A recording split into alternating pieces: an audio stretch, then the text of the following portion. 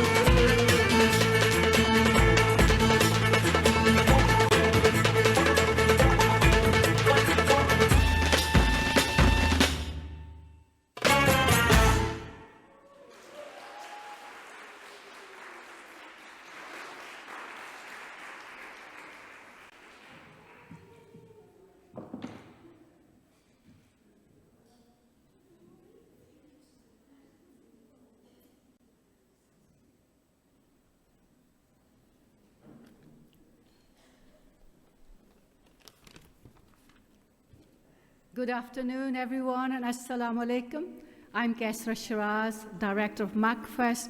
What can I say? My goodness, we're celebrating International Women's Day. What stunning performances. Did you enjoy that, everyone? Yeah. Absolutely stunning. Thank you so much, Felice. And then before that, we had the music by lovely, lovely Fariba. Where are you, Fariba? Thank you so much.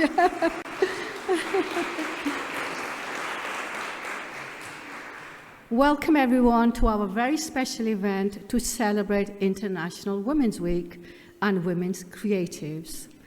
Every year, MACFEST celebrates International Women's Week, and this year we are celebrating 3 events this week. But we started with our Muslim Women's Arts Festival. I think some of you attended that festival. We had Zarina, who's sitting here, who's part of this. She did amazing work. My own team's here.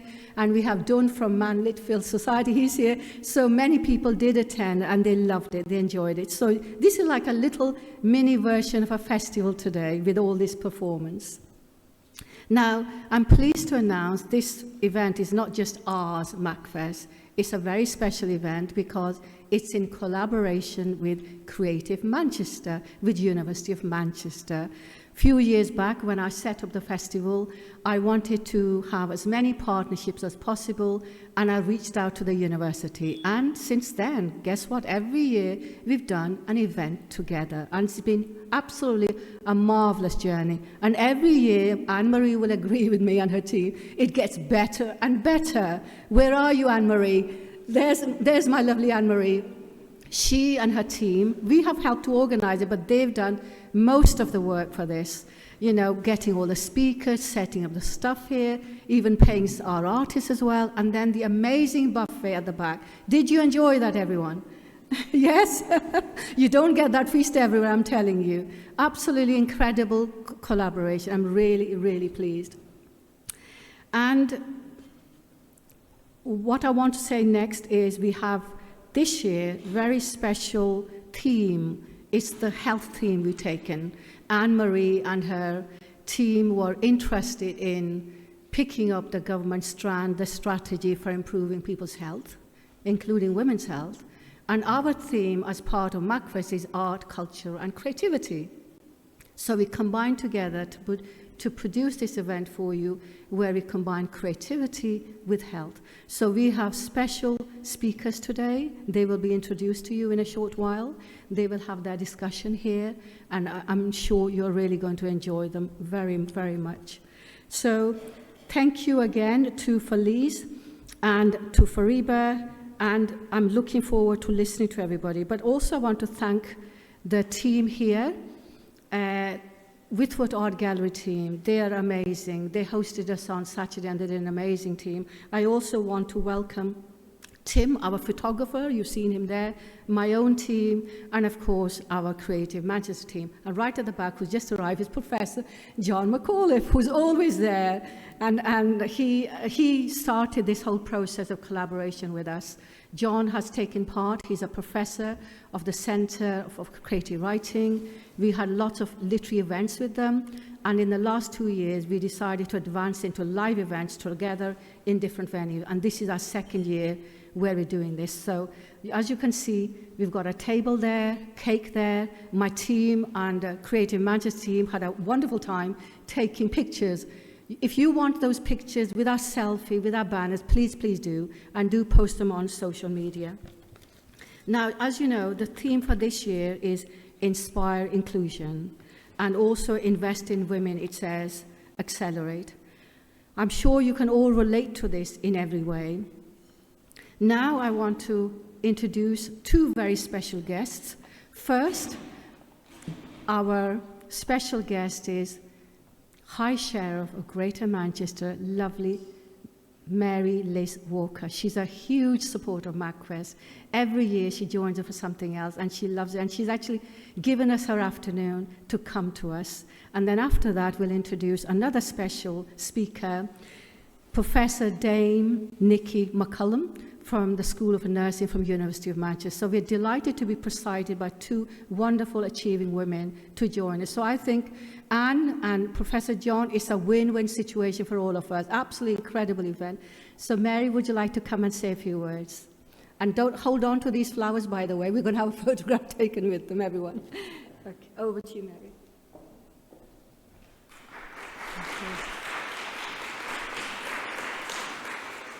Thank you, Kaisra. Ladies, it's such a privilege to be here with you on this special occasion, and I would like to pick up on one single word that Kaisra said, and that was collaboration. As women, we're strong individually. As women who collaborate, there is no end to that strength.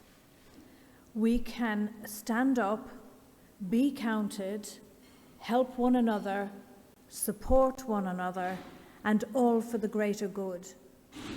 To me, we women from our various backgrounds, our various cultures, enrich one another in a collaborative way. And as women, we are the golden thread that weaves its way through our communities and encourages that cohesion, more collaboration, and inclusion for those who may feel on the margins.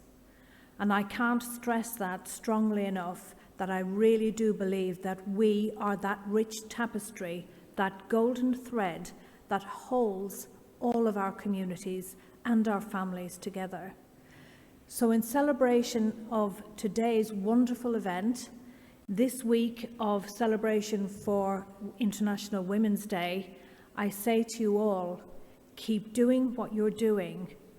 You're making a difference. Each of us in our own way is adding to that difference and enriching our friendships and our communities. And I salute you all. Salam alaikum.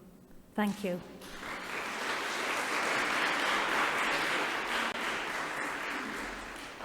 Thank you, Mary-Liz. Over to you, Professor.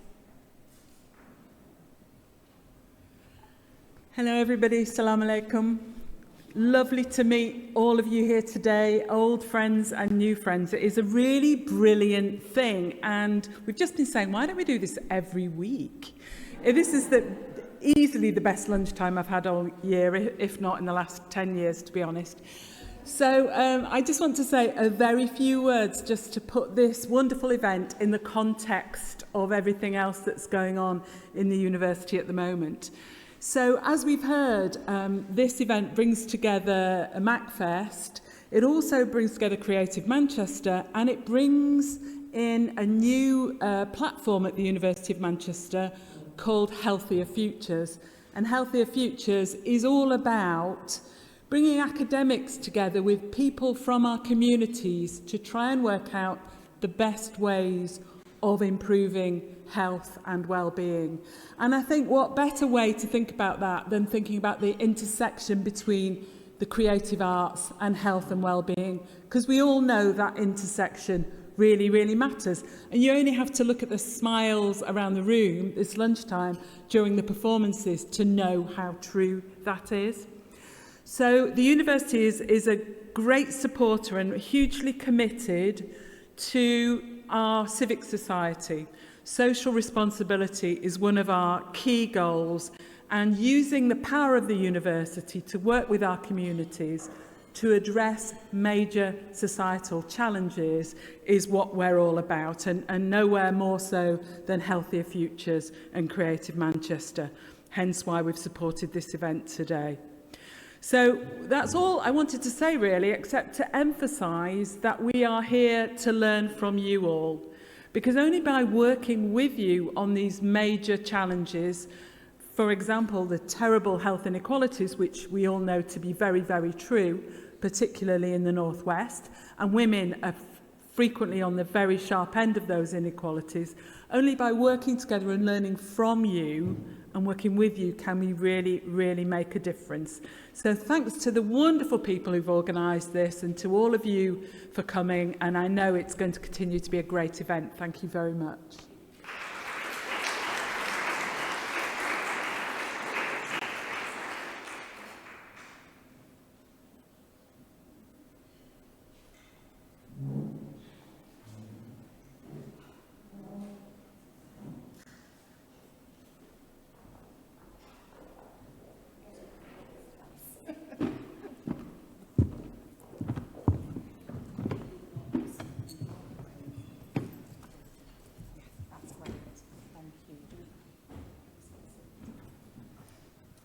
Hello everyone.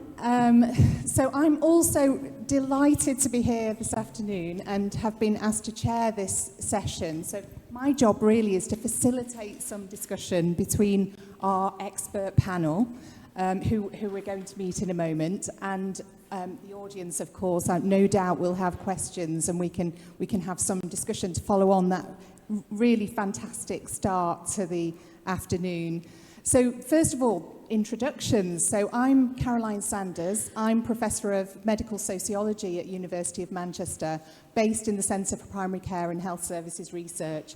And I mainly do research on people's experiences of health and healthcare, and have a particular interest in inequalities as well as community engagement, public involvement in the research that we do in our work at University of Manchester. So I'm going to hand over, first of all, yes, I'll go this way. So first of all, Sadia. Hi everyone, my name is Sadia. I am a young person who likes to say what is on their mind. So I predominantly work in young person's mental health, and I've been able to do that by being a young person as part of the Young Person Advisory Group with ARC, which has been a brilliant opportunity. And I also work in several committees for equality, diversity and inclusion. Thank you. Yes. Oh, okay, yeah. Hi everybody, I'm Sofina. I am a senior lecturer in the Manchester Institute of Education. You may wonder why is a person from education featuring on this panel, and I'll tell you about that in a minute.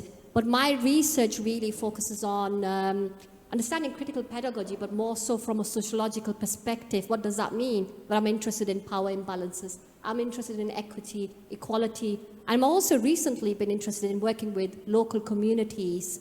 And when you work with local communities, you very quickly realize that their lived experiences are not really specific to education only. So you approach it from a very interdisciplinary perspective. I'll tell you more about it in a minute when Caroline directs us towards the questions. Excellent, thank you. And Aisha? Hi everyone, Assalamu alaikum. I'm Aisha Arif, and I'm a Community Development Director for a registered charity in Bury, which was established around 27 years ago. The reason for that charity to help women from South Asian background, because at that time the town had a lot of South Asian families who moved in or immigrated from other countries. But going on for the past 27 years, now we have the diverse community of Bury, who, especially women who utilize our services. We have changed our name from Bury Asian Women's Centre to Bury Active Women's Centre, because when women used to come to our door, they used to say, we're not from a certain background, but we are women, can we still use your services? And through changing the name to Bury Active Women's Centre, we open doors to all the women from across the borough. We provide creative opportunities for women through education, training, skills workshops, health, and provide support for women who are not accessing the services that are out there due to barriers in their life. This could be cultural, this could be educational, or this could be their health that's causing them issues not to go and utilize the services that are out there. I will discuss this further when we go into the conversation forward. Thank you very much, and it's been really, really a pleasure to be here, and thanking everyone for the opportunity. Thank you. Hi, my name is Irina Bano. I'm a visual artist and creative arts practitioner. I have been working in this field for over 21 years now. I have engaged with people at grassroots level, working in the community. I have worked at various community centres, especially working with Muslim women's group in health and wellbeing. Centres in Bradford mostly, but I do work beyond Bradford, over the hills and far away. I worked with people at Roshnigar and Keighley, working with ladies who have had clinical depression. A close local one called Legit Green Healthy Living Centre, where I delivered monthly arts and crafts sessions for a few years. I have seen visibly the impact what creative interventions have on people, especially on women's health and well-being. I've got a story, but I'll tell you that later when we, go forward. Also, I worked as a health and Wellbeing Officer for Carlos Sangam Art Academy in Bradford, briefly delivering specific art and health-based activities across Bradford and District. My motto is making a difference through art, which I've been doing, and one of my missions is to help heal people through art. Thank you. Thanks very much. Well, I've been asked to say just a few words around health inequalities by way of scene setting, so I'm not going to say an awful lot. This is really just a snapshot referring to some of the research that's done at the University of Manchester. Experts within the Centre on the Dynamics of Ethnicity, which is known as CODE, at University of Manchester, have done much to highlight widening inequalities through the COVID-19 pandemic. Patsy Azar, for example, in CODE and team conducted recent research for the World Health Organization, bringing together available evidence to summarise why people from ethnic minority groups were more likely to be infected and die during the pandemic. And they found ethnic minority groups were disadvantaged from the start due to long-standing health inequalities caused by systematic racism and racial inequities in COVID-19 infections, and saying that these are severely disconnected. Can you hear better? Oh, sorry. Sorry about that. And particularly relevant to the topic of women's health, which we're discussing today, there's been long-standing research pointing to ethnic inequalities in maternal health. In the UK, black women are 4 times more likely to die in pregnancy or childbirth compared to white women, with women from Asian backgrounds facing twice the risk of maternal mortality. For example, Dharmi Kapadia and colleagues within the Centre for Dynamics and Ethnicity conducted a rapid evidence review on ethnic inequalities in healthcare for the NHS Race and Health Observatory in 2022. And they found a common theme in research pointed to women's experiences of negative interactions, stereotyping, disrespect, discrimination, and cultural insensitivity in services, and highlighted these system-level factors of negative attitudes contributed to poor experiences for women from ethnic communities, and that these appear to undermine trust and feed fear, which in turn results in poor access to and engagement with services. Additional research conducted within our applied research collaboration at University of Manchester, for example, Stephanie Gillibrand, who's here today, has led some qualitative research in partnership with communities affected by inequalities, including Muslim women, about experiences during the pandemic and in relation to COVID vaccination. And this work found that histories of structural inequalities, experiences of racism, created suspicion and scepticism about the motivations of agencies behind vaccine rollout. And the work also highlighted the work of voluntary sector organisations doing within underserved communities themselves, as providing lots of social, practical support for health and well-being. And all of this points, all of the work points to complex issues that need to be considered in addressing health inequalities and to tackle the drivers of health inequalities. However, has also highlighted that a one-size-fits-all approach doesn't work, and there's a need to consider cultural, social factors. And work has highlighted the positive work led from within communities and the benefits of arts supporting health and well-being. Many of the panel have already said something about that, and we'll talk about that more now. So turning to this topic of inequalities in Muslim women's health and the impact of creative interventions, we now go to our panel of experts with first questions. So, oh, you're not, okay, yes. So all of us, yeah. Yeah, good point. So we'll all hold our microphones up. So yes, well, to start with, we're here to discuss the health and well-being inequalities that Muslim women face in their daily lives. And so first question we want to ask is, based on your experiences, whether personal or working with Muslim women, what are the main issues that Muslim women are facing? Sadia, do you want to start? Yes. Can everyone hear me at the back? No. Just get Here? Is that better? Brilliant. I think one of the most basic things that Muslim women face is they're not asked. A lot of times we are given events or given opportunities, but nobody's ever asked us, how can we make it work for you? Some of these things are, they'll say, oh, it's for Muslim women, but let's have it in the evening. Have you asked Muslim women, can they do the evening? Do they prefer the daytime? Is there a different day that they would like? For example, avoiding a Friday. So I think people are maybe afraid of asking Muslim women, what is it that you need from us? What is it that would make it so you are able to participate? And I think the fear is a mixture of, one, the unknown, but again, I think the fear is created by the media and what is put out in the media. And so a lot of work that we can do is by giving Muslim women opportunity not only to speak out like this, but to speak to everyone. Because the more you are familiar with a type of person, the more you understand they're not scary, they're nice, they're great, and they give you a lot of food as well, especially during Ramadan. Thanks, Sadia. Serena? Yes, that same issue. In what area? In like the health generally, or just anywhere, or I creativity? Guess where you see those, what you, from your perspective, what are the issues? Perspective. I mean, obviously everybody has a personal journey and they've been through something or another, they faced something. I personally have over many years over health. I just faced something about 2.5 weeks ago. I've actually had spinal surgery. I didn't even know I was going to be here, but I made an attempt to come here. And I was at Birmingham Orthopaedic Hospital, and all the staff were amazing, absolutely amazing, except for one nurse.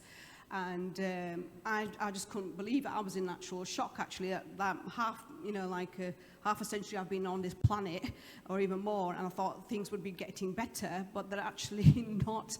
I still can't believe that I faced racial discrimination still, and I just couldn't believe it, and I thought, no, this is not possible. For the first few days, I tried to ignore it, but it was so apparent, it became so blatant. And I thought, oh, it doesn't matter, let it go. It began with small things, but then it just intensified, and it was just it only takes one bad egg, and it's really annoying. And she, it's really silly. She kept hiding menus, making my menus disappear, so I won't be fed. And so I was denied food, and once I had to scrape for like a yogurt for lunch. This is just 2.5 weeks ago, this news. And I still doesn't matter. I wasn't in the right frame of mind to actually deal with it, but usually I'm quite articulate and I would confront. And I let it go. And I thought she was blatantly doing it. That means that she was doing it for a while. So I thought, do you know something? I'm going to report this lady. Because not only for me, I'm going to go in a few days. It wasn't for me, it was for the women that are going to come after me at the ward, who are of maybe Asian, Muslim background, whatever, anybody. I think it was because I was that. You fit you in a box. And I thought, no, I'm going to have to put a stop to this because I don't want this to carry on. And I think we should have a voice. We should actually say it. We should say, that's it, it's enough. And not to, because for that time it seemed like a bit of torture. And I thought, this cannot go on to other women after me. And so my message is like, if you see it, say something, report it, do something about it. And as I said, I was still astonished that even in this day and age, you still come across it. I know people just maybe try to put it underneath, or they say, oh, playing the race card. It isn't. It is a realistic thing. And, I went through it, and it's not nice. But overall, the surface, the NHS is brilliant. Surgeons, everybody was fantastic. But do call out people, do challenge people, and do confront people as well. That's my personal experience.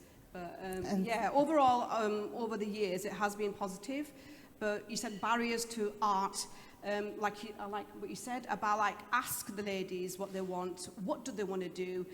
Rather than just giving them something, ask them because they have passions. They have their own ideas, or maybe they brought things from their heritage, wherever country in the world that they've come from. Maybe they want to explore that more. And it's good if you share that. We could all learn from each other. And ask as well. So I really like that as well. Ask us. as women. Thanks so much, Serena. Really important. Thanks for sharing those issues as well. Safina? Okay, thank you. I actually want to add to what has been said by the panel members already. And in my research experience, the women that I have spoken to, it wasn't more so about that they weren't being given the opportunity to share their thoughts.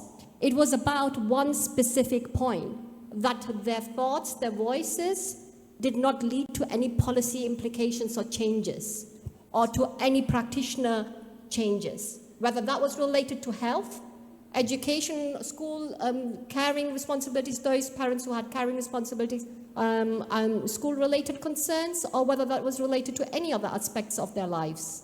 It didn't always necessarily translate to an impactful change. Let me give you 3 examples.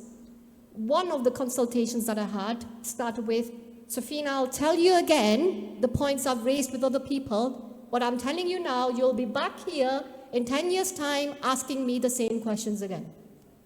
This is what's been happening to us for years.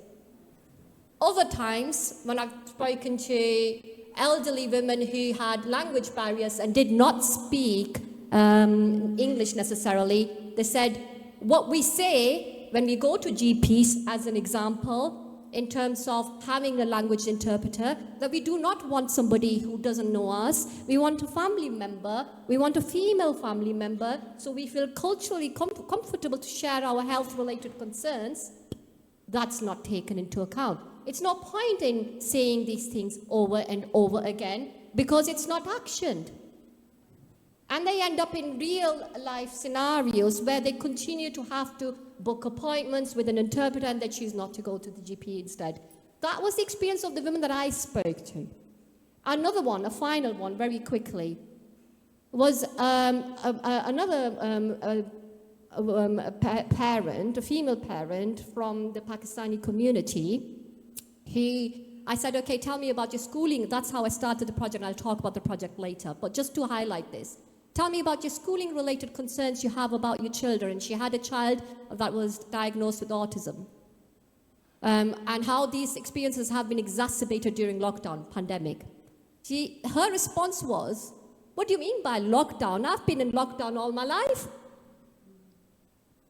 You know, so are these cultural sensitivities taken into account when we develop policies, and do we take these voices into account when we develop policies? And what stuck with me with that particular consultation was that she shared with me, her younger son, who was about 10, asked her if he had to live the life that she has lived, caring for her autistic older child, and is he going to die taking care of his older brother?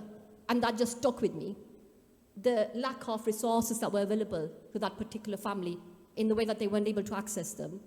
So if you ask me, then it is not that they don't have much to say or they're trying to say it. It's in fact that they are saying it, but they don't feel like they're being heard.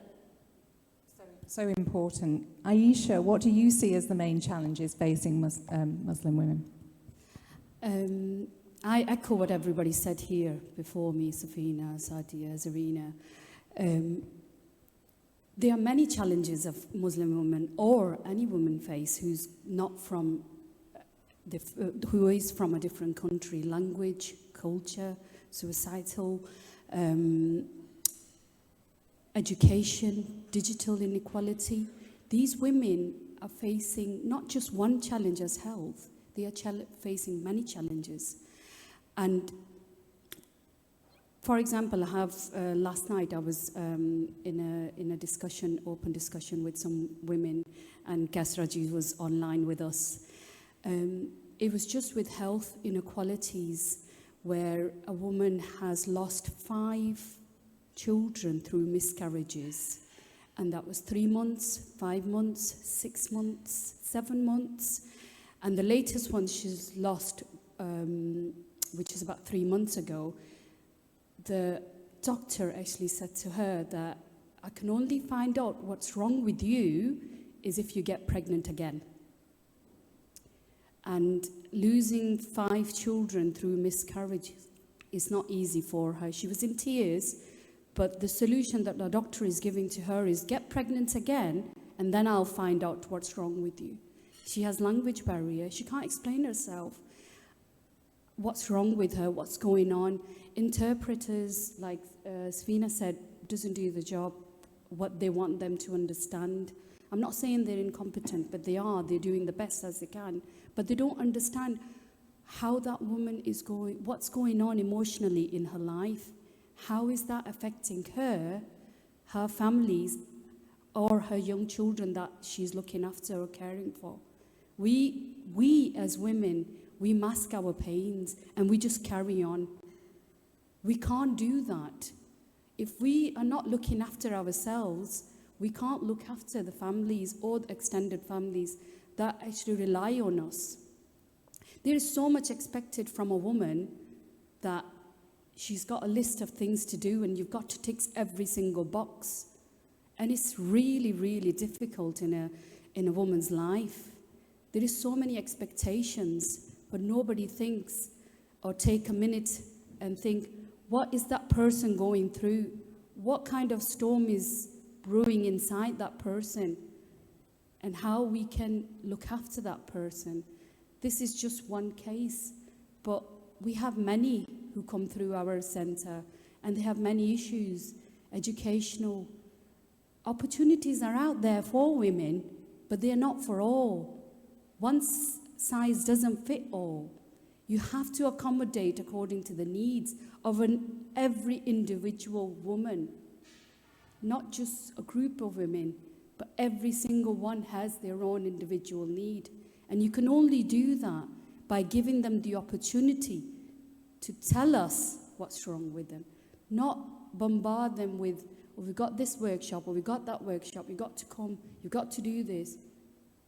Like Sadia said, you've got to ask, what's wrong with you? What would you like us to do for you? Not, we want this from you. And that's the message that we need to so important. Share with everyone. Thank you. Thanks so much, Aisha. So next question, moving on to creativity. So Sadia, Aisha, you've done lots of work with communities, and I just wanted to ask a little bit about, can you give some examples of where you think creativity and community activities have had an impact on women's health and well-being? Don't know who wants to go first. I don't mind. Yes, of course. I think I'll give you a very real example. So I did my degree in history. I worked in Lancashire Heritage for a while, but it took me until the age of 24 to realise, after being told, that henna and the folk songs that we have and the dancing that we do is heritage. And the only reason I found that out is because I went to a Muslim heritage event in Rochdale by Awakening Minds, and that's what they had there. And I was like, what do you mean this is heritage? She was like, oh yeah, this is history. I was like, no, it's not. It's just a thing me and my mum do on like a random Saturday night because we're a bit depressed and we need something to, keep us going for the rest of the week because we got bills to pay. And she was like, no, my dear sweet child of mine, this is history and heritage. And if I hadn't got involved in everything that I do from that point, I would have just thought, it's normal, it's just what we do, it's not nothing special. But why does it have to take a random chance event that I went to for me to realize that? Why is it not taught? Why is it not spoken about? Why are we only given one point of view when it comes to art and things that can help us channel ourselves through it? Now, because of that experience, instead of thinking, oh my goodness, I need to get my henna done, I need to sit straight for an hour, it's what a beautiful experience this is. This woman in front of me, she is bestowing art that's been around for centuries on my hand right now, and we're sharing a personal and beautiful moment.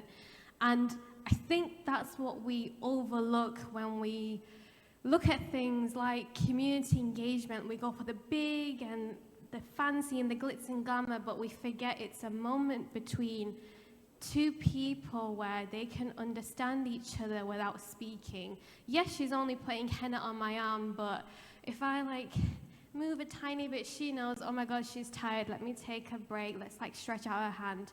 If I'm looking at it like this, she knows, okay, maybe she doesn't like that I'm doing it too thin, maybe I do it thicker. And it's those kind of skills that you learn through that heritage that you're not going to be able to pick up anywhere else unless you have community engagement where you can not only be yourself, but be culturally yourself, where it's not something you have to start afresh from. It's something that it's in your bones, it's in your soul, it comes naturally, and that's what we need to see. Thanks so much. Aisha? Oh, sorry, Serena, yes. And you can also speak about your personal experience of art and creativity as well. Yeah, I've got this one story that I started off before. This is a story about a lady when I first started working in my local community. She used to come to all the 3 sessions that I used to run in the area. And I used to think, oh, good, she's just a fan, she likes art. She was so focused on creativity, and she did this for a whole year. At the end of the year, she told me her heartfelt story as she was leaving. She had 5 children, and 2 of which were disabled, and her husband had a back operation, so was out of action for a long time. She was suffering from depression and was on medication. She said, by coming to the sessions, she managed to reduce the medication as her mental health was improving. She was so grateful to me as she felt that I helped her and changed her life. This lady never complained during the time. Like you said, we hide our pain. And she used to get on with things. She was amazing. She was inspirational to me.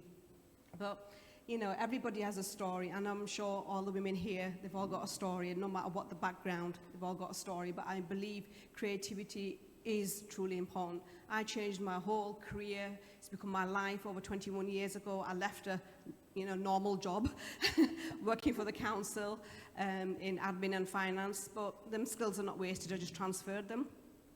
But working in the community, the creativity, that is my life now. It isn't just a job. It's a life, and I've seen it with my own eyes, how creativity can change people, not only in art, it could be anything creativity, sewing, gardening. I had breast cancer 14 years ago, and people said, oh, why don't you paint? And I felt, no, I don't want to paint, I want to do something else. So gardening was my go-to place. It was grounding, it was meeting in nature. So like you were saying before, ask maybe people what they want to do, what do they feel like, because every phase of life is different, and every creativity, it doesn't suit everybody, so it has to, be designed for the individual or a group of people or whatever. But believe me, I've been doing this for 21 years. Creativity definitely helps.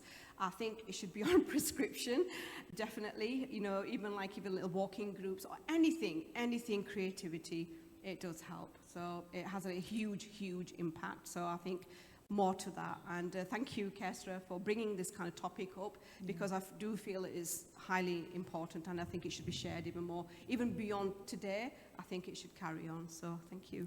Thanks so much, Serena. Aisha? Thank you.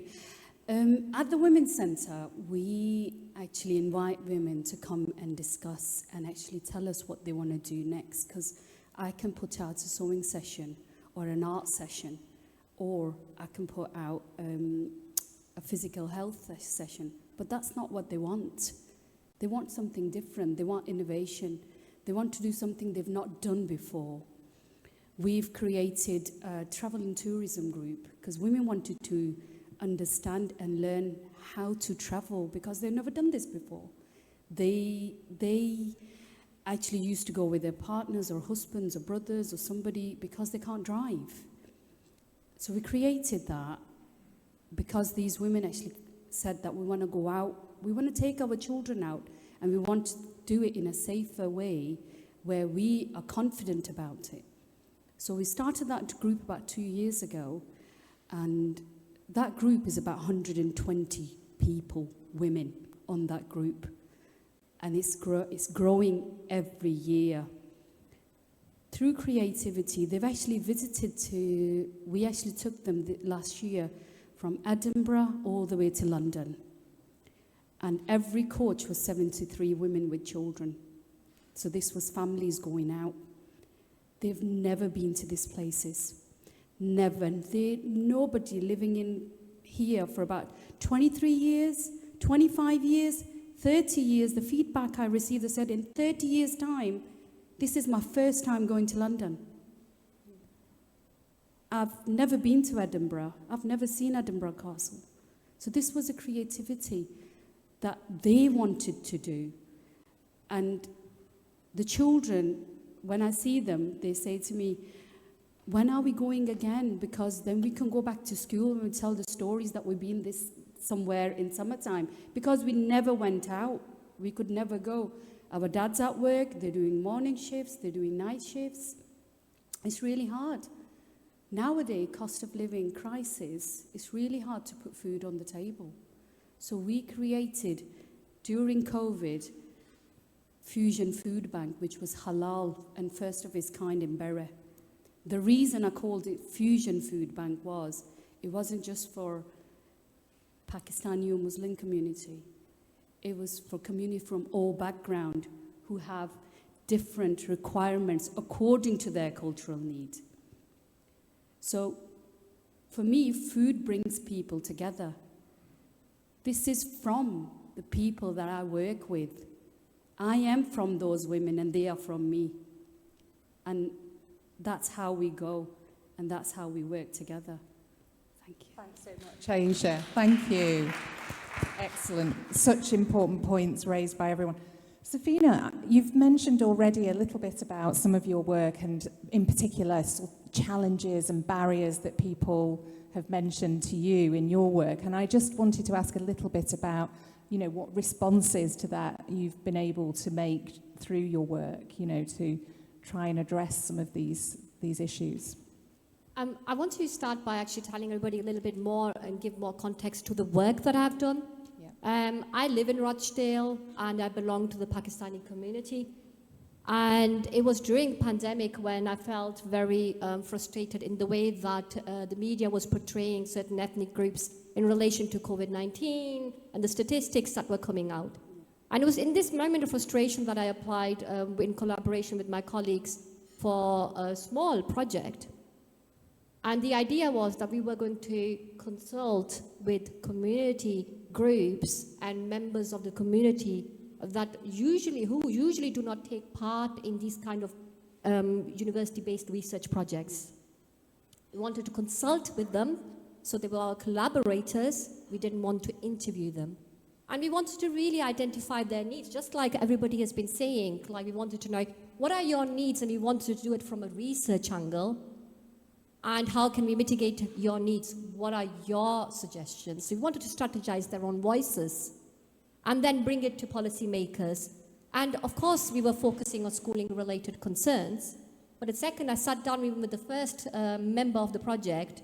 They very quickly schooled me on the fact that their lived experiences of inequality is not just about schooling. They very quickly told me, Safina, it's not just about schooling, it's about our health experiences, the way we actually engage with health providers and healthcare providers. It's about how we are being portrayed in the media. It's about how the local policies are being derived that have a direct impact on our lives in comparison to other groups. And they were differentiating, positioning themselves in relation to being Muslims, Eid celebrations in comparison to Christmas celebrations, what they were allowed to do when they were meant to read their Eid prayers compared to, or were not allowed to do compared to the celebrations that went on during Christmas. So there was a lot of frustration. They brought up points about racism, institutional racism. They brought up points about misrecognition or misrepresentation. They actually themselves suggested reasons why they felt that their points weren't actioned on.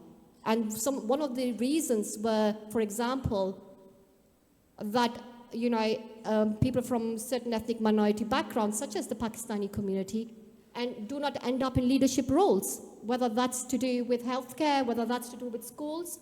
And they actually said, my children go to a school where the 90% intake of children is Pakistani, yet you have a white teaching team. How are they meant to know or mitigate our needs? Even when we tell them the mosques are doing it that way, they are not interested in order to engage their children in learning. And they made similar points about health as well. And they made similar points about local policies that were being derived. Which brings me to the first point. And now the way we addressed that, we wanted to issue. It's something that is actually happening here. Arts is being brought together with creativity and culture in an interdisciplinary way. So one of the points that we made as a part of the project is that you cannot just, in some cases, speak of health inequalities without taking into account their education-related concerns, their environment-related concerns. I mean, have you heard about the boy in Rochdale who died in a council flat due to exposure of mold? That happened in 2019-2020. And there's been a recent report that really, despite an extensive investigation, nothing much has changed. So we're still here. So interdisciplinarity and an interdisciplinary perspective towards how we deal with lived experiences of inequality is emergent from our collaborations through our consultations. But also, you know, how do we define these groups as Muslim women or Pakistani community? In my project, I said Pakistani community. And when I tried to recruit members for this research, they were like, do you mean Punjabi or do you mean Kashmiri? And I was taken aback. I didn't take that into account. I was like, I'm Pakistani. Yeah, but we want to know, did you take Kashmiri into account or not? So it is for us to critically reflect on how we kind of like homogenize these groups' experiences and the different intersectionalities that are at play as well. Even when we say, I mean, originally I titled it as BAME. Then I went to Bangladeshi and Pakistani, and then I went to Pakistani and I thought I'd solved the problem.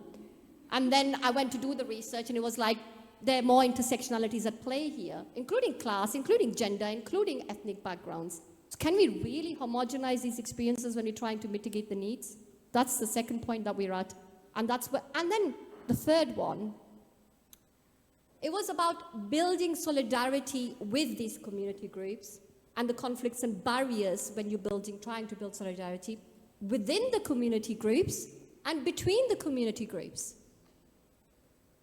And when I'm saying that, it is again something that's emerged from that project, because I was very proud. I'm a Pakistani member of Rochdale community doing this research, something that will have an impact on this particular community that I belong to. So when I said we, I meant us. And then the consultations, you know, in the consultations, they said we sometimes, and they said I sometimes. And I was like, okay, I went back to my colleagues and they were like, who do they mean by we? I said, of course, me and them. And they're like, how do you know? And I'm like, I don't, I've not asked them. And they're like, go back, follow up in consultations, go back, ask them.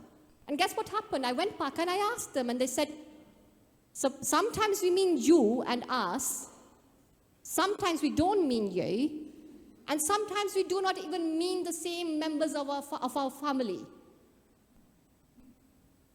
So this really, what does that show? That there are, there's some priming work that has to happen before we start talking about consultations and collaborations, about identifying the barriers and conflicts between building solidarity. And why would we be interested in doing so? Because we want to mobilize collectively to try and address these issues that we all are recognizing right now, to bring policymakers to the table. Yeah. Excellent. Thanks so much, Fina. Well, I'm just conscious of time, and even though I think, I had lots more questions I could ask of the panel, but I feel this is the time to open it up and give an opportunity to anybody from the audience who might have questions. I can see someone with hands up already. Yeah. Yeah. Thank you. Yeah. Thanks very much. First of all, thank you for the discussion. It's very interesting.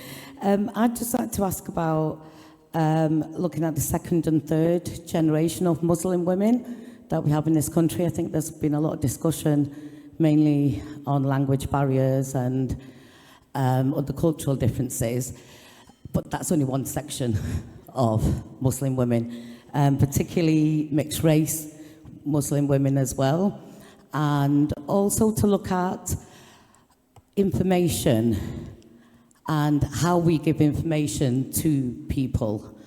I know that this isn't really a question, actually, to be fair. It's just give my... But I just wanted to just give this one example that just came to me very recently. I gave birth 25 years ago to my child, but I was only given half an epidural at the time, and I wasn't told I was only given half an epidural.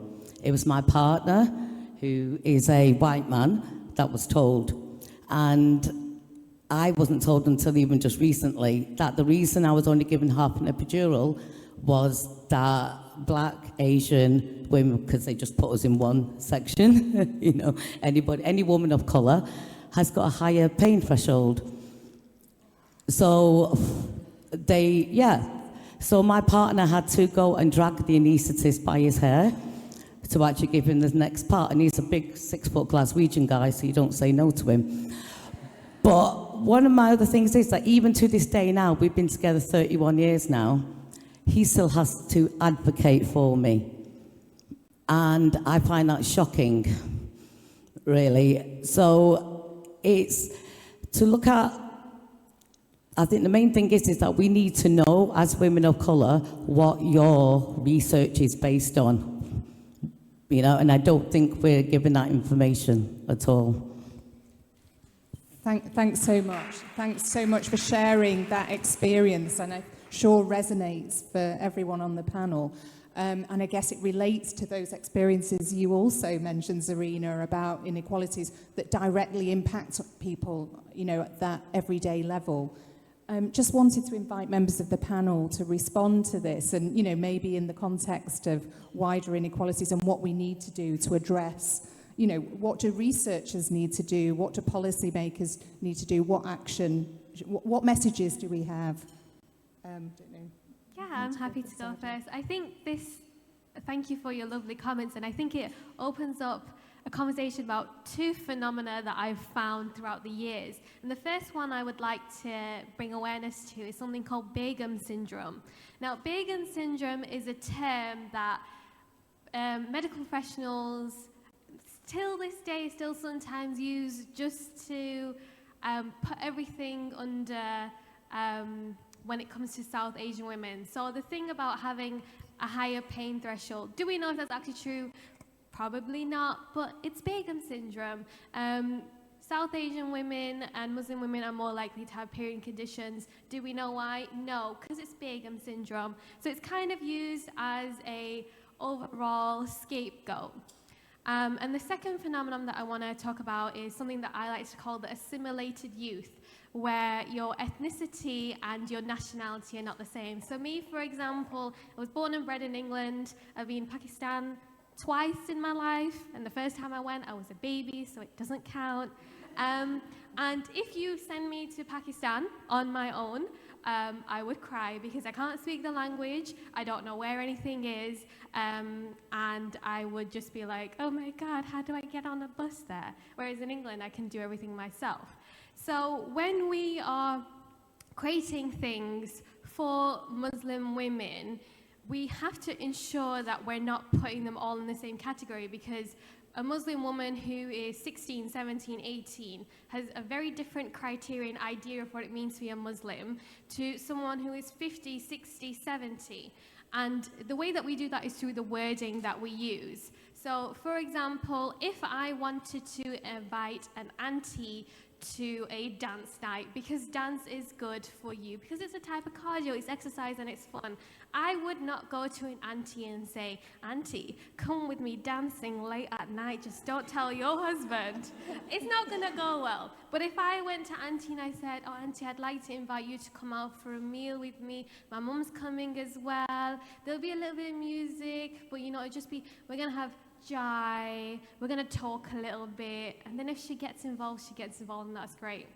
But if I'm talking to a young person, I'm like, girl, we're going to go do some dance exercise. What do I tell my dad? You tell your dad you're going for exercise. That's all he needs to know. And that's how you would do it. And I think it's really important that we tweak our language to make sure we're creating a phrase that people can relay to whoever they need to relate to make sure that they can go to do an event or an activity that they really want to do.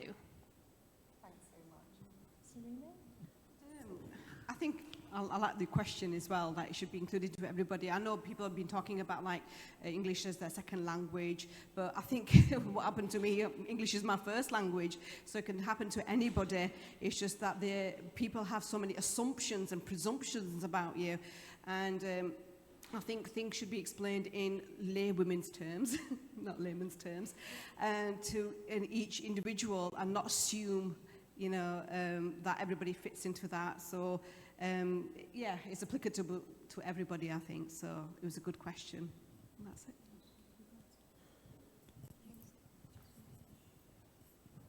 You asked about research, about the second and third generations and research, and mixed race. And you said that you wanted to know what the research is about. Just to say that that there's been a lot of discussion, and I think it has been a bit maybe just about, like I said, maybe first generation or maybe immigrant Muslim women here. But say myself, which is a second generation, my daughter who's a third. Yes. You have to speak to them in a different way.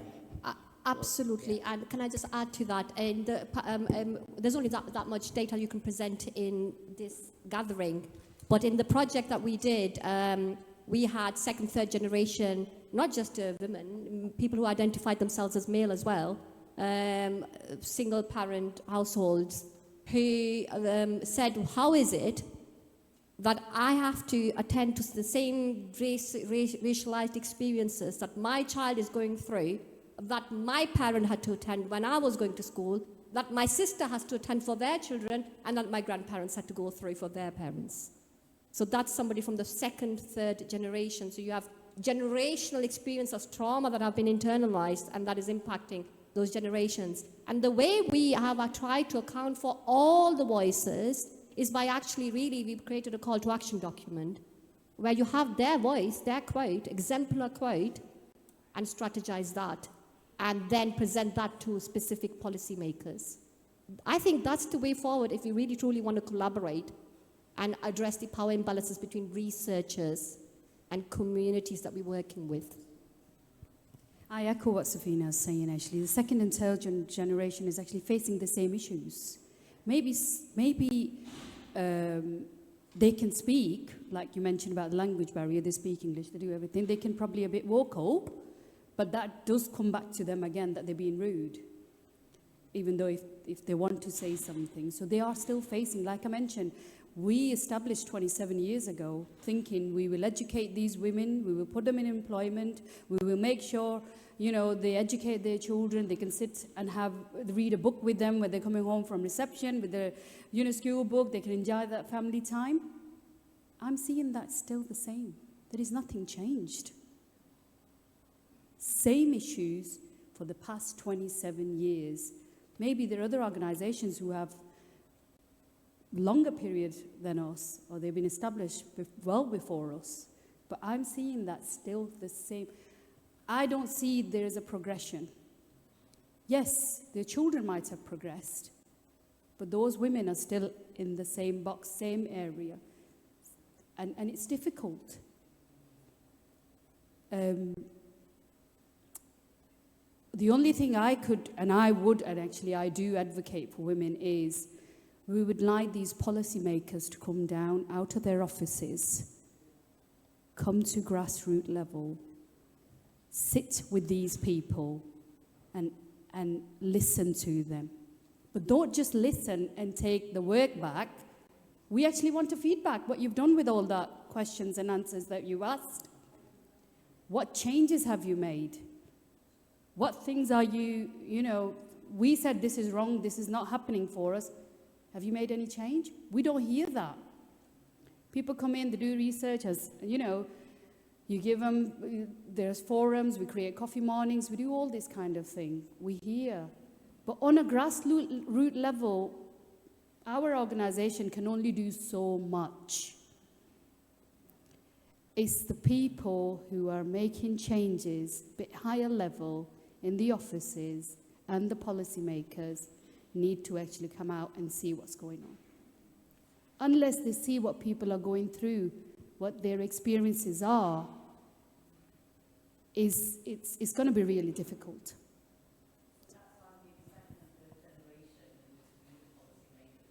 Absolutely. That's your goal next, going forward in future.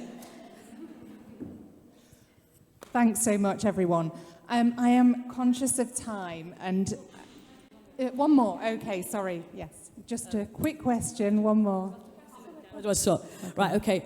I'm a centre manager of something called Anonna Manchester Bangladeshi Women's Organisation. We're based in Longsight. We'll be 35 years old this year. So quite similar, whoop whoop, with a handful of organisations that is still funded by Manchester City Council. Now, I agree with all the points you're making, but it's about how we infiltrate and get a seat at the table. That's what we need. I need a seat at the table, not white middle-class men making decisions for me when they haven't got a freaking clue. Yeah? That's what I want. And that's what I'm advocating for. And our organisation works in a two-pronged approach. We're a grassroots organisation. We do everything that Aisha said. We do all of that. But I've come back into post after a hiatus, and it's about getting a seat at the table. So we're part of something called CHEM, which is Community Health Equity Manchester. We are the lead for the Bangladeshi Sounding Board, which took a lot of fighting to get because we were homogenized into one group, the South Asians, but it wasn't understood. There are so many differences, so many nuances to that, and it's about how we have this approach where we're in places to sort of change policy and influence policy change, but also show it from the bottom up as well. So we need to take a top-down and bottom-up approach, but we need seats at the table because we Muslim women are just as good as everyone else, and that needs to be acknowledged, and that's what I really am advocating for more than anything else. Thank you. Yes, just one quick point from Safina before we finish. I just want to, it's also a shout out because I've got a project that I'm doing right now. And please take a seat on my table. But yes, sorry, we're working with the idea that community leads need to become project partners. Yeah. And really addressing the power imbalance. Yeah. And we're bringing different community leads in the Greater Manchester area together. So this is the shout out, you know. For a current project, working on the previous project, where we're asking, you know, because the stuff that we are talking about, we seem to be very familiar with these stories, but we were called in by policymakers saying, why is your data so different from ours? I'm like, why is our data different from yours when the grassroots organizations are saying our data is similar to theirs? So we do need, we agree, this is the way forward for research. Excellent. Thanks, Safina, and thank you for that comment. I think everybody... Oh, just one more quick comment. Very quick. Hello. Yeah, I just wanted to say, so I'm the Creative Health Associate for the North West, so I've really welcomed everything that you've said today. I sit within the population health team in Lancashire and South Cumbria Integrated Care Board. I'm constantly hearing them say, how do we engage with communities? I know. For me, it's really simple. They need to have a conversation with almost everyone in the room here today, not just the panel. There's some really strong voices here. So I will take back that message. I suppose the other thing I wanted to ask is if there was one thing that you could set up that you feel that could really make a change, you know, what's the one thing that we take from today? I'm working with a project manager for population health in Blackburn with Darwin, and she's really keen to set up some health champions within communities, and I'm wondering, does that sound like a positive step? What do people think? Yes. It would be a positive step if you're going to pay people for their time. Gone are the days that we don't appreciate people for the time that they're giving. But also, I would mention something akin to a buddy system, especially when we're thinking of putting our voices there, the figurative seat at that table. I don't want a seat at the table if I'm there just to make you look good.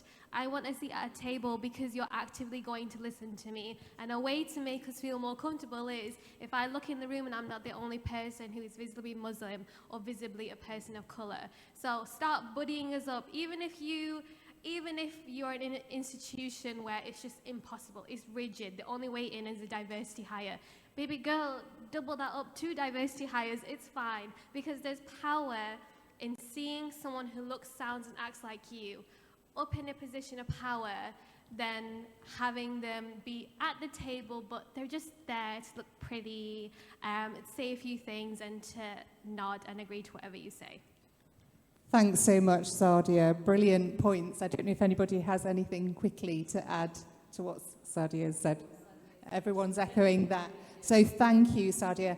And I'm conscious we've run out of time. So just remains for me before I hand over to Kezra, just to say a huge thank you to our panel members. You've been absolutely fantastic. It's just been inspiring to hear about your experiences and responses to the questions today. And it feels like just the start of the conversation. So if people are milling around, I'm sure this conversation can go on. Our experts will be around as well. And thank you all for participating, coming along today and joining this fantastic event. Thanks so much. Thank you, everybody. Thank you for having us.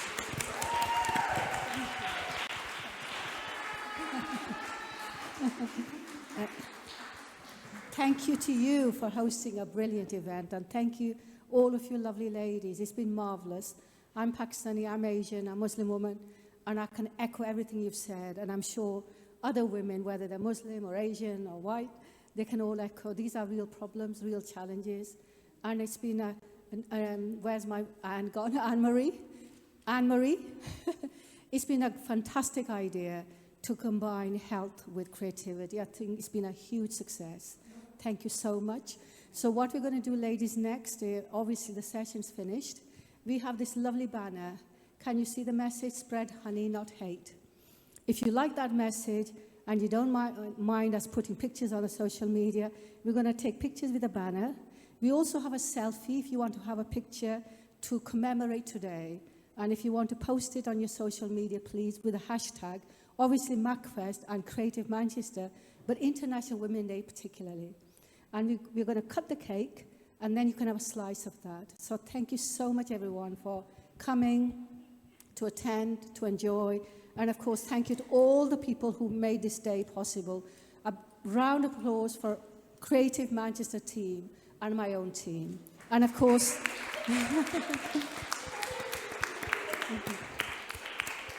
and through Mary Liz. Mary, do you want to just say one word or two? Just putting on the spot here. It's been really enlightening to hear the conversations that have taken place, the questions firstly, and the answers to those questions. And I'll go back to collaboration, and that's what we want. Collaboration, meaningful collaboration, I think, would sum up your desires.